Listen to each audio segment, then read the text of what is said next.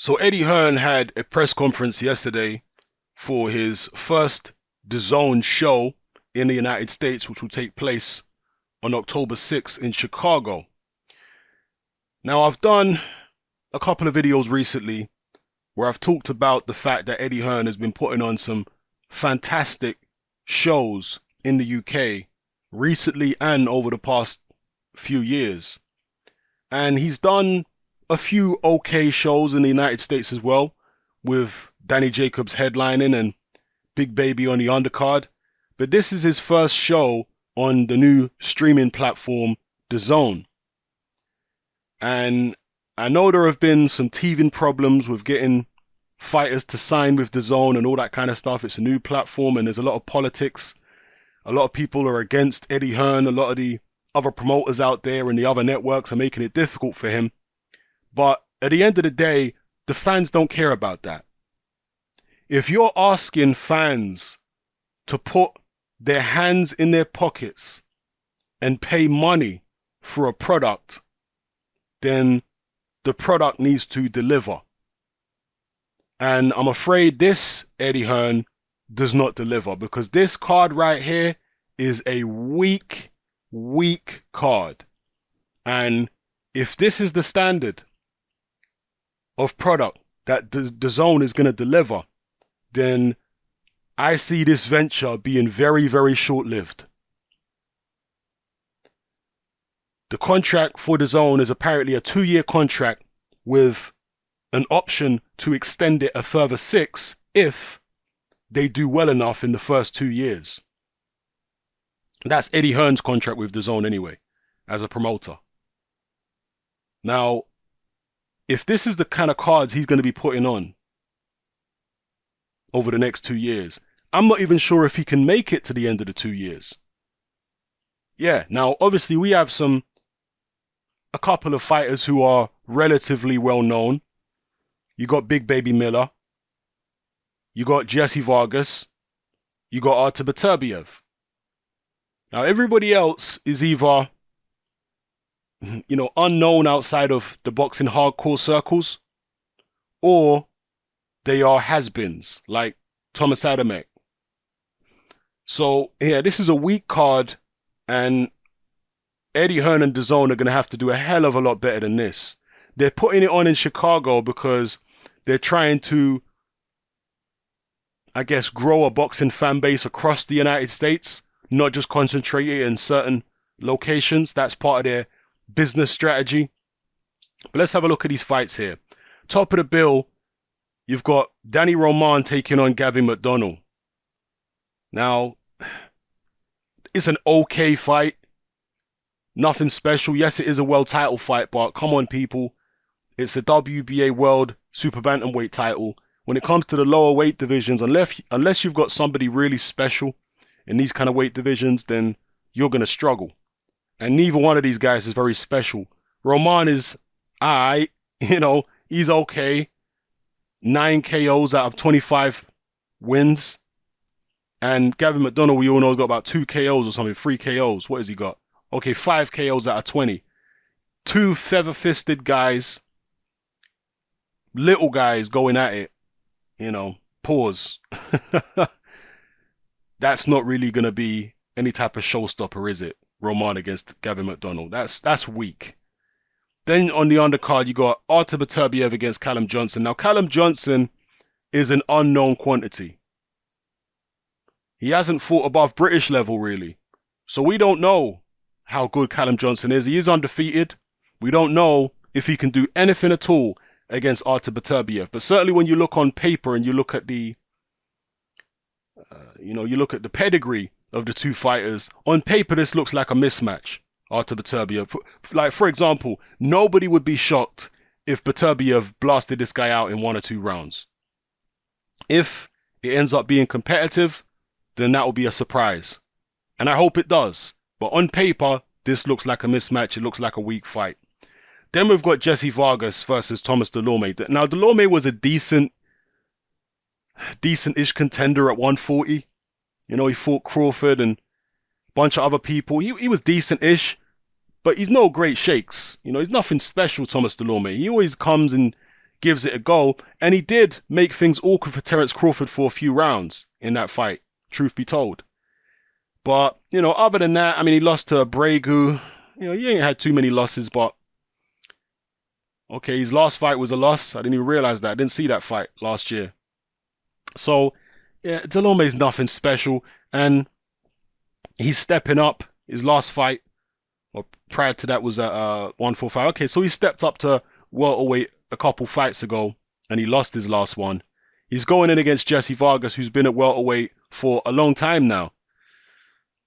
Since 2015, he's been at welterweight. So he's been, 3 years at welterweight.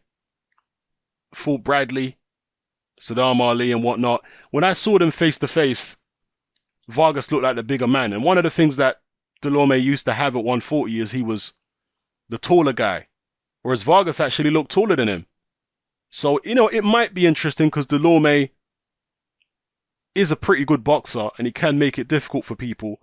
And his power is all right. It's nothing special, but his power is fairly decent. But I'm expecting Jesse Vargas to win the fight.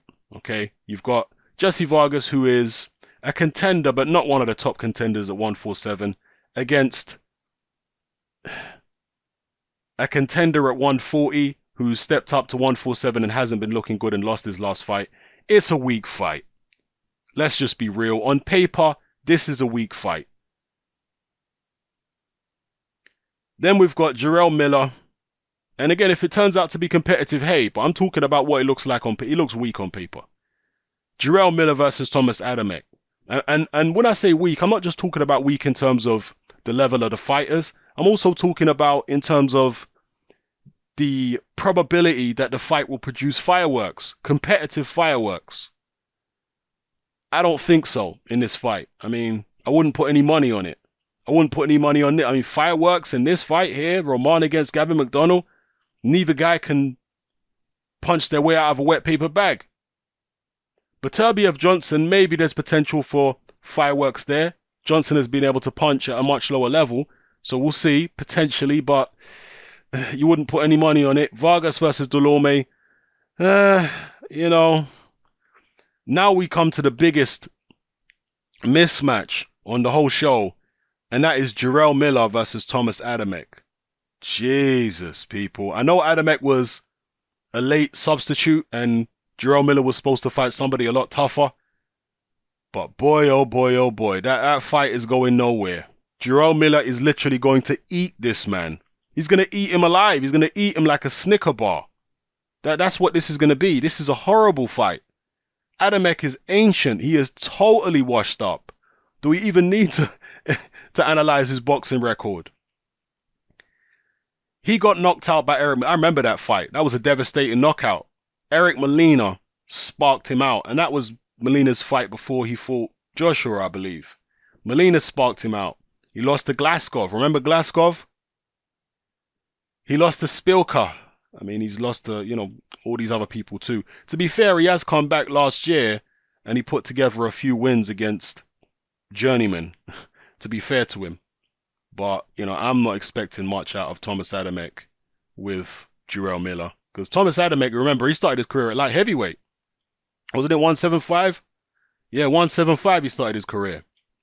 Gradually built up through cruiserweight all the way to heavyweight. And he was a good fighter at the lower weights, light heavyweight and cruiser. But heavyweight, nah. And man, he's going to get eaten alive by Jarrell Miller. To me, that's a horrible mismatch. I'll be amazed if that fight ends up being competitive, to be honest with you. I know Adamek is a smaller guy maybe than Jarrell Miller's used to fighting. So, but how old is Adamek now? Must be pushing 40. He's 41. So can his legs really carry him? And sorry to keep going back and forth here, people. How much does he weigh in these days? He's still not too heavy, to be fair. When did he beat Chris Arreola? He was 217 when he beat Arreola back in 2010, 8 years ago.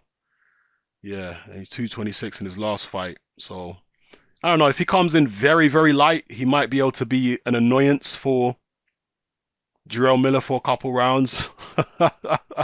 That's the best I can hope for him, really. I'll be amazed if that fight's competitive. But hey, stranger things have happened. So, yeah, what I'm telling you is this card is weak.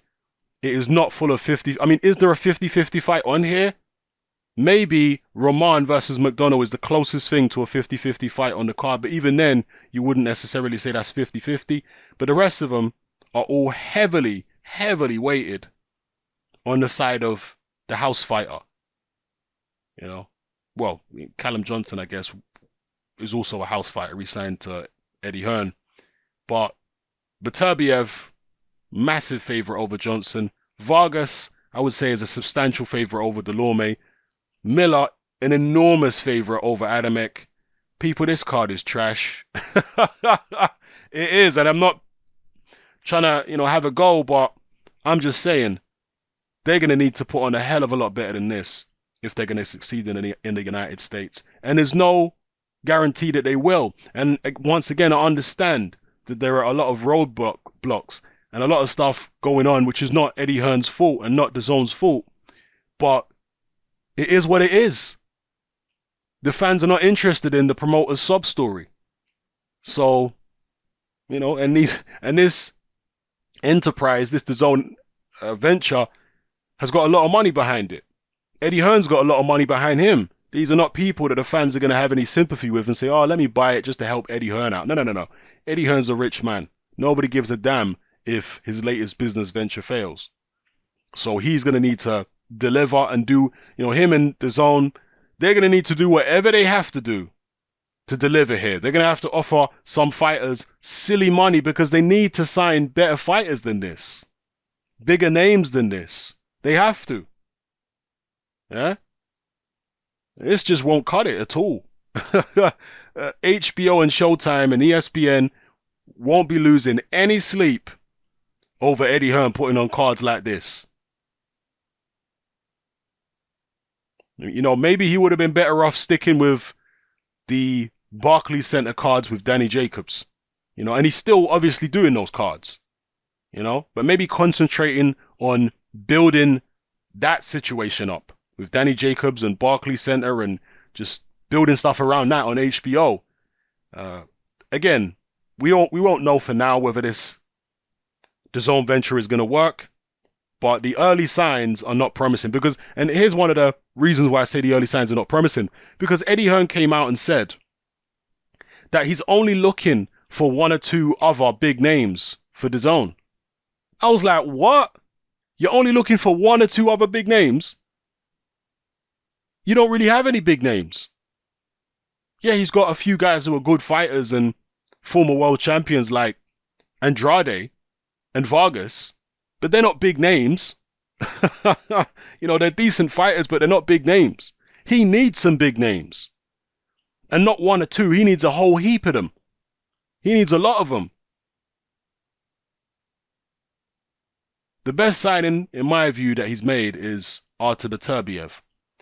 But Beterbiev is not really a proper signing. He's co-promoting Beterbiev on Dazn for his next 3 fights. And then we'll see after that. And that is in conjunction with Yvonne Michel. Beterbiev obviously very unhappy about still being tied into Yvonne Michel. He tried to break away and join Bob Arum, ESPN, Top Rank and all that.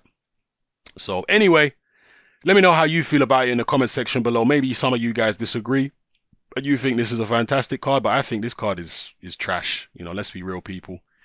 And if this is what Eddie Hearn is putting on there, maybe he's just spreading himself too thinly. Maybe Eddie Hearn's ego has just grown too big and he's getting carried away with himself.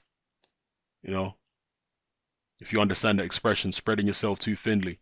Because in the UK, he's been putting on some fantastic shows. Not all of his shows have been fantastic, obviously. Not. You can look through all the greatest promoters in history and they've put on some weak shows.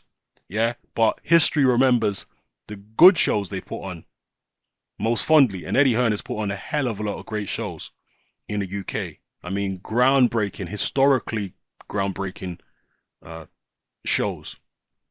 But maybe that's his market. Maybe in the US, he can dabble here and there with the Danny Jacobs thing, because I do think that Danny Jacobs is a good look for Eddie Hearn. Having Jacobs there.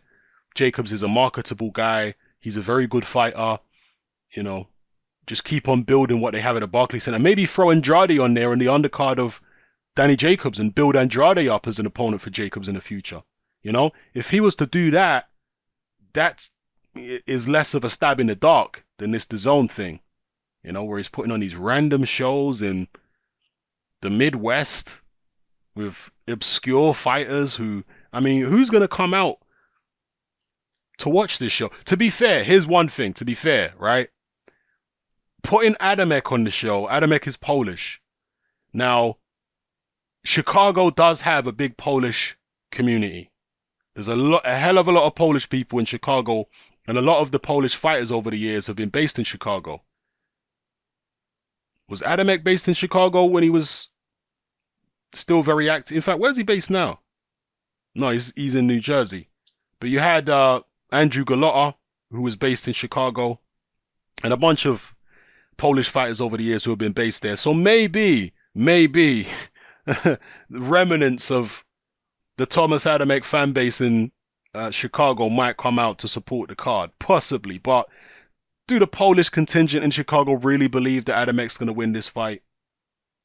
Do they really believe that? I have my doubts. Another Polish fighter, Fonfara, I'm sure he's based out of Chicago, and they used to come out and support him strongly, the Polish. So that has to be said. Maybe Eddie Hearn can play that up, but man, I think he needs a stronger Polish fighter on the card, really, to be honest with you, somebody more relevant. Anyway, let me know how you feel about this in the comment section below, people. It's happening, I'm out.